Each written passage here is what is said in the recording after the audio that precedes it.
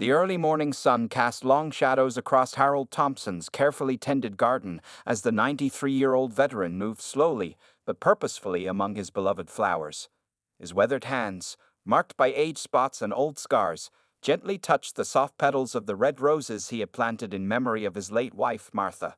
The front yard of his small suburban home on Oak Street had been his sanctuary for the past 40 years, a peaceful haven where time seemed to slow down. Harold, dressed in his usual neat khaki pants and a pressed blue button-down shirt, followed the same routine every morning. He would wake up at exactly 6 a.m., brew a pot of coffee using the same metal percolator he'd had since the 1970s, and head outside to tend his garden while the neighborhood was still quiet. The old veteran found peace in these simple moments, watching the butterflies dance among his flowers and listening to the cheerful songs of morning birds. The neighbors all knew Harold's schedule. Many would wave as they drove past on their way to work, and some would stop to chat. He was especially popular with the local children, who would gather around him after school to hear stories about his time in World War II. Harold never spoke about the horrors of war to the young ones. Instead, he told them about friendship, bravery, and the importance of standing up for what's right. Mr. Thompson, Mr. Thompson, young Tommy from next door would often call out, running up to the white picket fence with his friends. "Can you tell us the story about how you saved your friend Jimmy in France?" Harold would smile, carefully set down his gardening tools, and pat the old wooden bench beside him. The children would gather around, eyes wide with wonder, as he shared carefully chosen tales from his past. He had a way of making history come alive for them, teaching valuable lessons without making it feel like a lecture. The veteran's house stood out on the street, not because it was the biggest or the most modern, but because it was the most loved. The paint was always fresh, the windows sparkled clean, and the American flag flew proudly from a pole he had installed himself. Below it, a smaller "Support Our Troops" flag fluttered in the breeze, a reminder of his ongoing connection to the military community. Inside his home, Harold kept things simple but orderly. His military training was still evident in the way he made his bed with precise hospital corners each morning and kept his shoes polished to a mirror shine. Photos of his time in service hung on the walls alongside pictures of Martha and their children, who now lived in different states. Though they visited when they could and called regularly, Harold had grown comfortable with his solitary life. The neighborhood had changed over the decades, but Oak Street had maintained its peaceful character. Families looked out for each other, and Harold's presence gave everyone a sense of security. He was like a living history book, a reminder of simpler times and stronger values. But change was coming to Oak Street, and not the gentle kind that Harold had grown accustomed to. The first sign was a stability sign appearing on the old Wilson property 2 blocks down. Harold didn't think much of it at first. Properties changed hands all the time. However, when construction crews began renovating the old building, the peaceful atmosphere of Oak Street began to shift. The sounds of hammers and power tools didn't bother Harold much. He had lived through much worse in the war. But when he saw the new sign being mounted on the building, his heart sank a little. Thunder Road Bar and Grill, it proclaimed in bold letters, with a neon motorcycle logo beneath it. Still, Harold remained optimistic. He had learned long ago not to judge things before giving them a chance.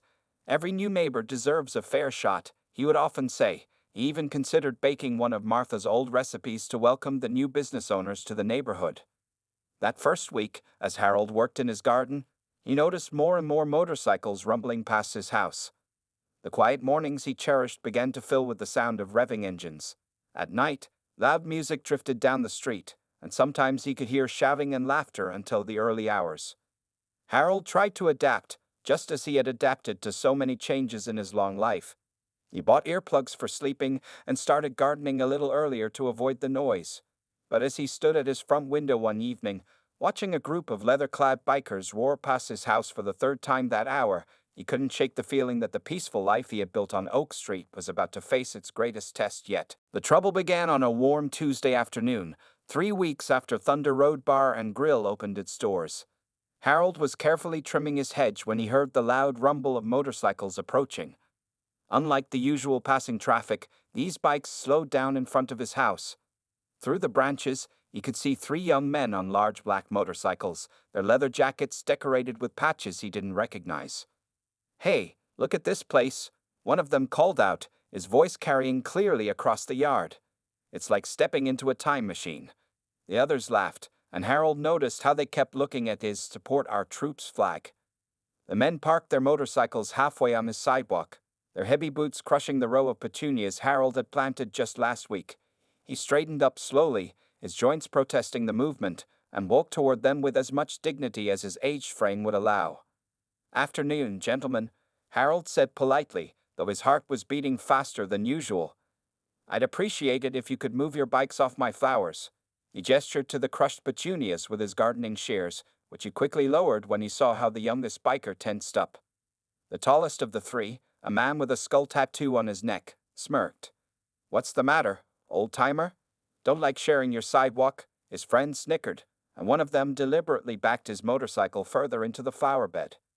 Mrs. Rodriguez, Harold's neighbor from across the street, was watching from her porch. She pulled out her phone and started recording, but the bikers just waved at her camera, clearly unbothered by having witnesses to their behavior. Over the next few days, the harassment grew worse. The same group, sometimes joined by others, made a point of driving past Harold's house several times a day, revving their engines as loudly as possible. They would park in front of his house, leave trash in his yard, and make rude comments whenever they saw him outside. Harold tried calling the police, but the bikers were always gone by the time officers arrived. The police suggested he install security cameras, which his son David helped him set up during a weekend visit.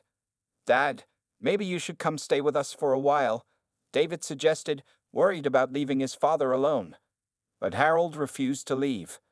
"This is my home," he said firmly. "I didn't survive Normandy to be chased away by a bunch of troublemakers." The security cameras caught several incidents, including one where the bikers spent nearly an hour sitting on Harold's front wall at midnight, drinking and playing loud music. When Harold turned his porch light on, they just laughed and threw their empty cans in his yard. The situation reached a new level when Harold found motorcycle tire tracks across his front lawn one morning. The tracks led straight through his prized rose garden, destroying plants that had taken years to cultivate. Among the crushed flowers lay Martha's old garden gnome, now broken into pieces. Harold picked up the ceramic fragments with trembling hands, remembering how Martha had loved the silly little statue. Word of the harassment spread through the neighborhood. Tommy's parents stopped letting him visit Harold after school. Other neighbors began avoiding walking past his house, fearing confrontations with the bikers. The once peaceful Oak Street had become a place of tension and worry. Harold started spending more time inside, watching his beloved garden through the windows. He set up cameras in every corner of his property and installed better locks on his doors. At night, he would sit in his old armchair, looking at photographs of Martha and his time in service, wondering what his old war buddies would do in this situation. The final straw came when Harold checked his mailbox one morning to find it stuffed with old motorcycle magazines. Scrawled across the covers in black marker were crude messages and insults about his age and military service. As he stood there, holding the defaced magazines, he heard the now familiar sound of motorcycles approaching. The three main troublemakers pulled up, grinning at his obvious distress. The one with the skull tattoo called out, "Hope you enjoy the reading material, Gramps. Maybe it'll help you learn what a real man's hobby looks like." As they roared away laughing, Harold watched them go with a strange calmness. In his mind, he could hear the voice of his old commanding officer. "Sometimes, Thompson, the best defense is a carefully planned offense." For the first time since the harassment began, Harold allowed himself a small smile. He might be old, but he hadn't forgotten everything he'd learned in the service. It was time to make a stand, but not in the way these young men might expect. Saturday morning dawned crisp and clear, the kind of autumn day that Harold usually loved. He woke up at his usual time, made his coffee, and settled into his morning routine. But when he opened his front door to get the newspaper, he froze. The sight before him made his coffee mug slip from his fingers, shattering on the porch. His beloved garden, tended with decades of care, lay in ruins. Motorcycle tracks crisscrossed the lawn, cutting deep grooves into the wet soil. His flower beds were completely destroyed, with plants ripped out by their roots and scattered across the yard. But what hit Harold hardest was his "Support Our Troops" flagpole. It had been knocked down and broken in half, the flag itself torn and muddy, trampled into the ground. Harold's security cameras had caught everything. With shaking hands, he rewound the footage on his tablet, something his grandson had taught him to do. The timestamp showed 3:47 a.m. 3 familiar motorcycles appeared on screen, but this time the riders weren't wearing their usual leather jackets. They had on dark hoodies, trying to hide their identities. The video showed them spending nearly 20 minutes destroying his property. They laughed as they rode their bikes in circles over his lawn, deliberately aiming for the flower beds. The one with the skull tattoo, visible when his hood fell back, climbed the flagpole like a playground toy until it snapped. Another one recorded everything on his phone, probably planning to post it online to humiliate Harold further. Mrs. Rodriguez came running across the street in her bathrobe when she heard the sound of breaking ceramic. "Oh, Harold," she gasped, seeing the destruction. "I'm calling the police right now." But Harold barely heard her. He was staring at something in the mud, a small metal object glinting in the morning sun. With effort, he bent down to pick it up. It was his World War II service pin, which had been mounted next to the flag. The pin was bent and covered in dirt, just like his flag. As neighbors began gathering to see what had happened, Harold felt something he hadn't experienced in many years. It wasn't just anger. It was the same cold, focused determination he had felt during the war, when his unit had faced seemingly impossible situations. Officer Jenkins arrived quickly. He had been dealing with complaints about the bikers for weeks now. "Mr. Thompson," he said gently, "with this video evidence, we can finally press charges. But I have to warn you, these types often retaliate when challenged." Harold stood straight, despite his aching back. "Son," he said to the young officer, "I've faced German artillery. I won't be intimidated by playground bullies on motorcycles." His voice was steady, but those who knew him well could see the hurt in his eyes as he looked at the ruined garden that he and Martha had planted together over the years. Tommy and his parents came over with garbage bags to help clean up. Other neighbors joined in, picking up scattered plants and debris. But everyone grew quiet when Harold walked to the broken flagpole and carefully lifted the muddied flag from the ground. With movements that spoke of years of military discipline, Harold began to fold the damaged flag properly, in the precise triangle pattern used for military honors. His hands trembled slightly, but he didn't rush.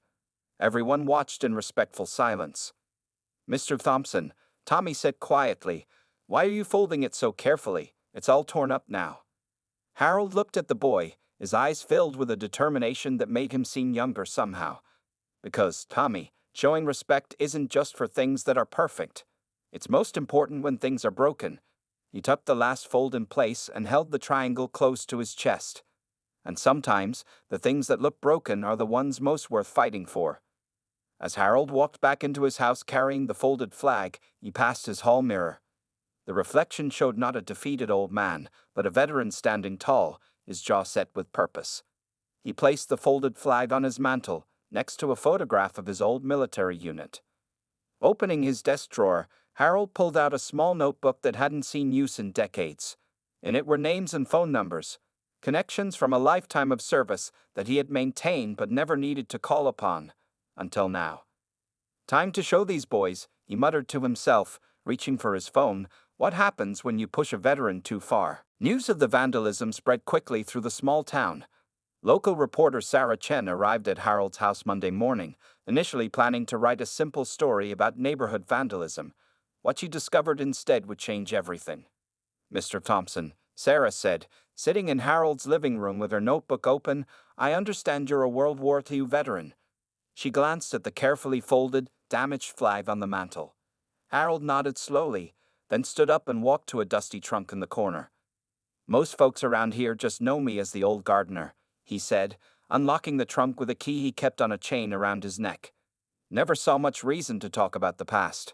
Inside the trunk lay a collection of medals, photographs, and yellowed papers. Sarah's eyes widened as Harold gently lifted out a Bronze Star, 2 Purple Hearts, and several other military honors.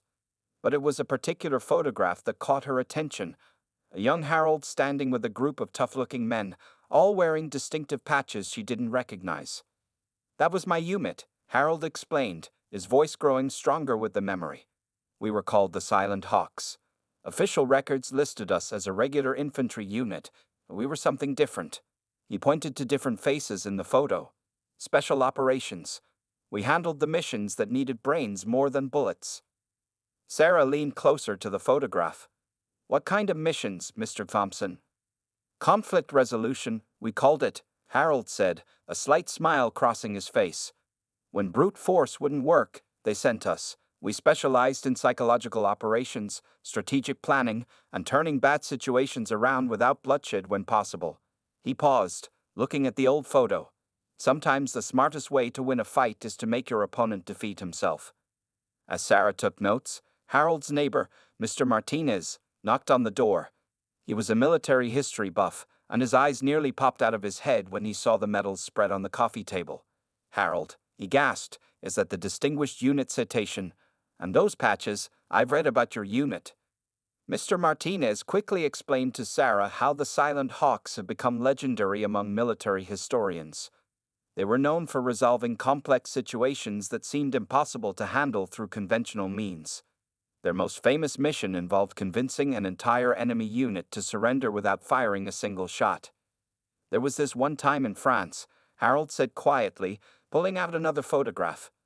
Enemy forces had taken over a village, using civilians as shields. Direct attack would have meant heavy casualties on both sides. His eyes grew distant with the memory. So we found another way. Took us 2 weeks, but we managed to turn the townspeople and the enemy unit against each other. The enemy ended up retreating, and not a single shot was fired. Sarah's story quickly grew beyond a simple report about vandalism. She learned how Harold had received his Bronze Star for saving his entire unit by outsmarting a German patrol. How he had later trained other soldiers in strategic thinking and psychological warfare. How his unit had specialized in turning enemies into allies. The phone started ringing as word spread. Veterans from across the state called to offer support. Many remembered Harold from training sessions he had led after the war. Others had heard stories about the Silent Hawks from their military instructors. The thing about Harold, one veteran told Sarah over the phone, is that he never saw conflict as simply good guys versus bad guys. He understood that sometimes people just needed to be shown a better way. As Sarah prepared to leave, she noticed Harold studying the security camera footage of the bikers again. But now he was taking notes, analyzing their behavior patterns and interactions with the same tactical eye that had served him in the war. "Mr. Thompson," she asked, "what are you planning to do about the bikers?" Harold carefully placed his medals back in the trunk. "Those young men think they're dealing with a helpless old gardener," he said calmly. "They don't realize they picked a fight with someone who specialized in turning enemies into friends." He smiled, but this time there was a glint of strategic planning in his eyes. Sometimes the best way to defeat an enemy is to make them realize they never wanted to be your enemy in the first place. As Sarah drove away, she couldn't help but think that those young bikers had no idea what they had started. They thought they were bullying a weak old man, but instead, they had awakened a master strategist who had spent his life turning seemingly impossible situations into victories. Harold spent 3 days watching the security footage over and over. He sat at his kitchen table with a notepad, making careful observations just like he had done during his military operations. The 3 main troublemakers, he noticed, always arrived at specific times. They had patterns, habits, and most importantly, weaknesses. "Every opponent has a weakness," Harold muttered to himself, remembering his old training manual. "You just have to know where to look." His first step was to call his old friend Frank Martinez, who now worked at the county records office. "Frank," Harold said into the phone, "I need everything you can find about Thunder Road Bar and Grill. Property records, business license, health inspections, everything." The information arrived by email the next morning, sent by Frank's daughter since Harold preferred paper copies. Mrs. Rodriguez came over to help him print everything. As Harold studied the documents, a small smile crossed his face. The bar's owner, Michael "Big Mike" Davidson, was a former Marine. Harold's next move surprised everyone. Instead of avoiding the bar, he decided to visit it. But not during the busy evening hours when the troublemakers were there. He walked in at 11 a.m., just as the place was opening, wearing his old military jacket with his Bronze Star pinned to it. Big Mike was behind the bar, setting up for the day. He looked up as Harold entered, his eyes immediately going to the military decoration. "We're just opening, but that's a Bronze Star," Mike said, his voice filled with respect. "It is," Harold replied simply, taking a seat at the bar. "Earned it in France, 1944. He placed a folder on the counter, copies of the security camera footage, showing the vandalism of his property. Over the next hour, Harold and Big Mike talked. The bar owner was horrified to learn what some of his customers had been doing. "Those three aren't even real bikers," Mike growled. "They're rich kids playing dress-up, causing trouble for good people." "I'm not here to cause problems for your business," Harold said calmly. "I'm here because I believe in handling things the smart way." He shared his plan with Mike, who listened with growing admiration. That evening, Harold made more calls. He contacted members of his old unit who were still alive, and they reached out to their networks. Word spread through veterans groups across the state. A plan began to take shape. The next day, Harold visited the local Veterans of Foreign Wars (VFW) post. The place was packed. News of his situation had brought veterans from 3 counties. Among them were several members of legitimate motorcycle clubs, many of whom were veterans themselves. "What those boys did to your flag," said a large biker named Chuck, who had served in Vietnam. "That's not what we stand for. Real bikers respect veterans." Harold stood before the group, his back straight despite his age. "I don't want revenge," he told them. "In the war, I learned that the best victory is the one where you don't destroy your enemy, you transform them." He laid out his plan. It wasn't about confrontation or violence. It was about something more powerful: shame, education, and redemption. The veteran bikers listened, nodding with growing approval. Meanwhile, Sarah Chen's newspaper article about Harold had gone viral online. People were sharing stories about the Silent Hawks and Harold's strategic operations during the war.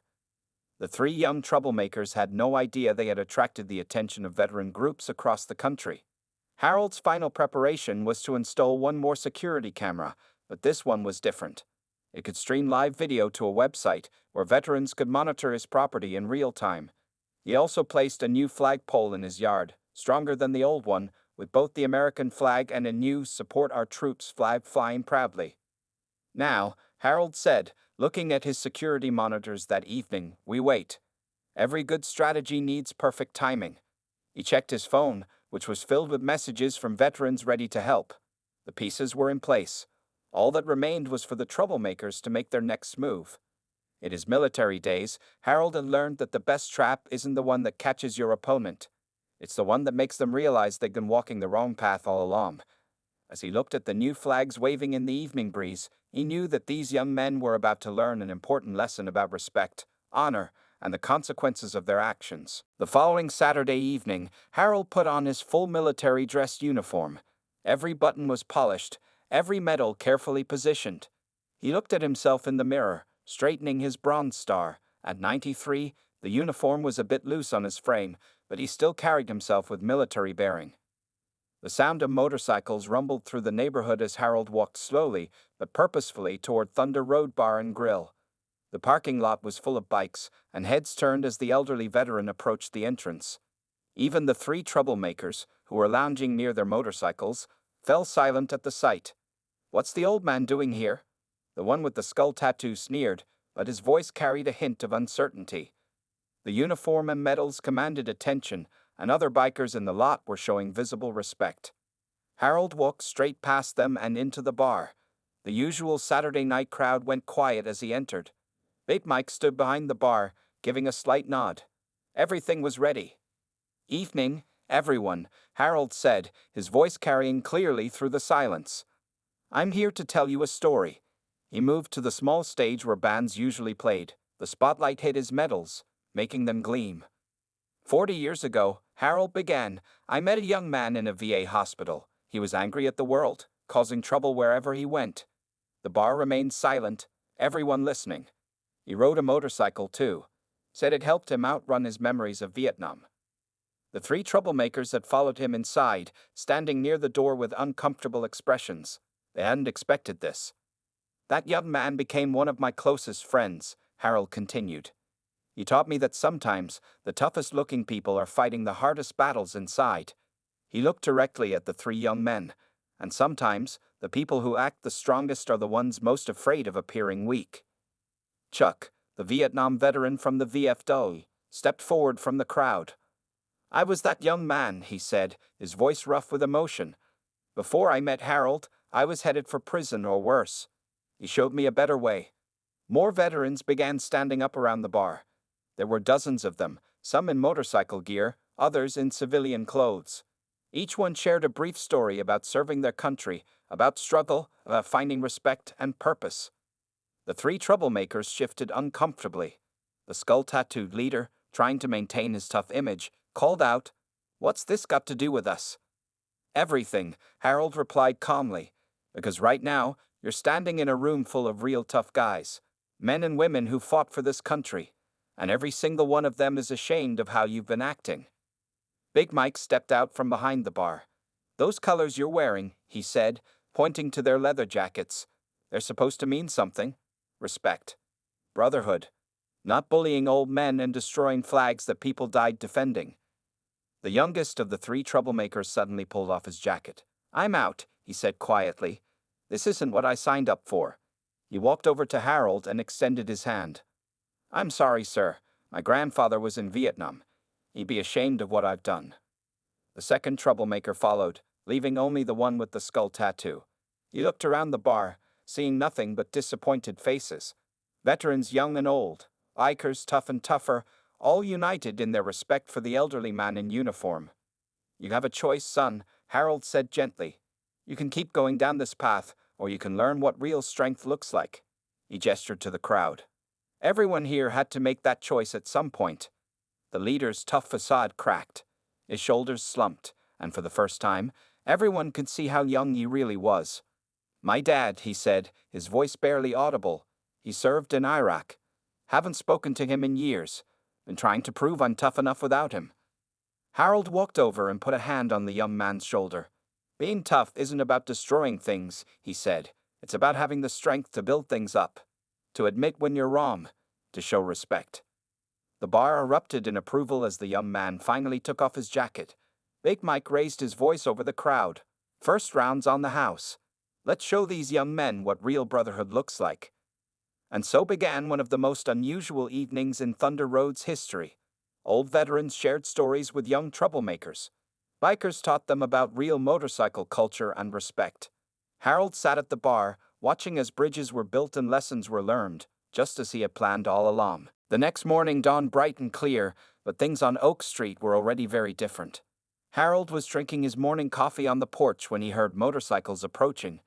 This time, instead of feeling tense, he smiled. 3 bikes pulled up in front of his house, but not on the sidewalk. They parked properly on the street. The riders were the same 3 young men from before, but they looked different now. Gone were the fake tough guy expressions and aggressive postures. They walked up to Harold's gate with their heads slightly bowed. "Mr. Thompson," the former leader said, no longer wearing his skull-tattooed swagger, "we're here to fix what we destroyed." Behind them, a pickup truck pulled up, loaded with gardening supplies, new plants, and building materials. Big Mike stepped out of the truck, followed by several other bikers from Thunder Road. "Got everything you asked for," he called out to the young men. "Time to make things right." What happened next surprised the whole neighborhood. The 3 young men, now supervised by experienced bikers who were also veterans, began the hard work of restoring Harold's garden. They didn't just fix what they had destroyed, they worked to make it better than before. "My grandfather was a gardener," the youngest one said as he carefully planted new roses. "He tried to teach me, but I was too busy trying to be cool." He looked up at Harold. Would you maybe teach me how to take care of these properly?" Harold sat in his porch chair, giving instructions and sharing stories as they worked. He taught them about different flowers, about proper soil preparation, about patience and nurturing. The other neighbors watched in amazement as the former troublemakers spent the entire day working under the hot sun. The skull-tattooed young man, whose name was Jason, took special care with the new flagpole installation. "My dad would kill me if he knew what I did to your flag," he admitted. "Actually, I called him last night. First time in 3 years. He's coming to visit next week."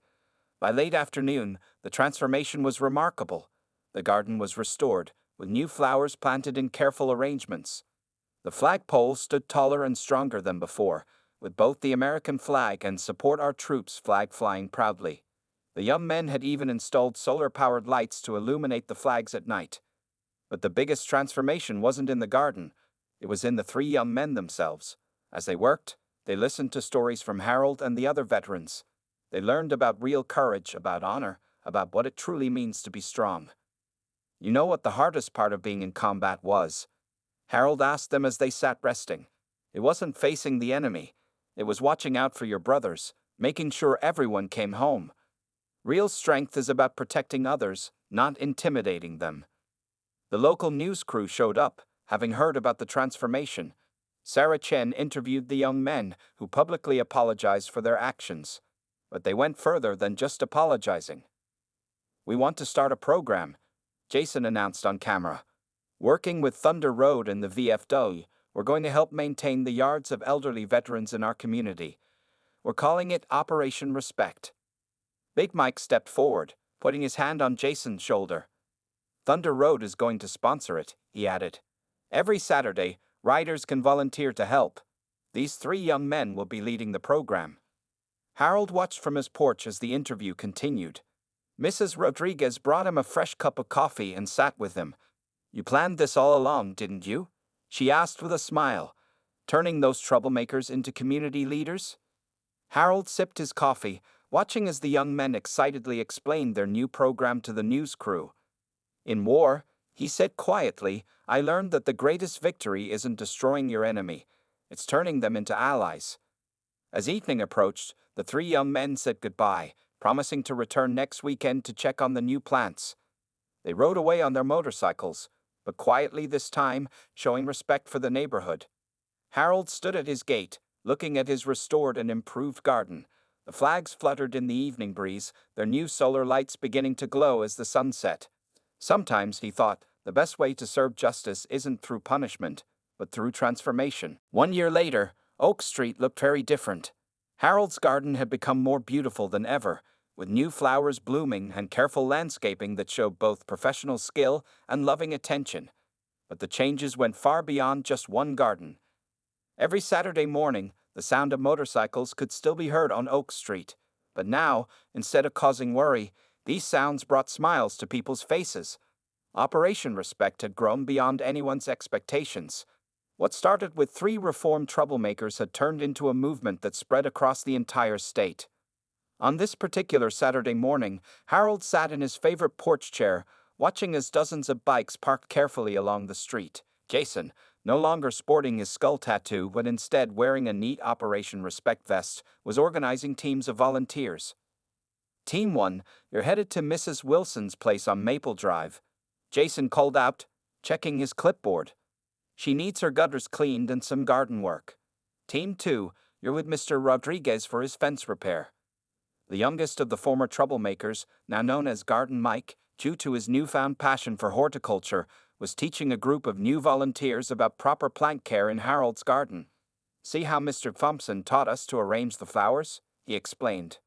"Tallest in the back, shortest in front, and always consider the blooming seasons."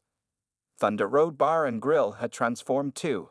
While still a popular biker hangout, it had become known as a place of respect and community service. Big Mike had turned one wall into a veterans' corner, covered with photos of local veterans and their stories. Harold's picture held a place of honor, along with the story of how one elderly veteran's wisdom had changed an entire community. Tommy, now a year older, no longer had to sneak looks at the bikers from behind his parents' fence.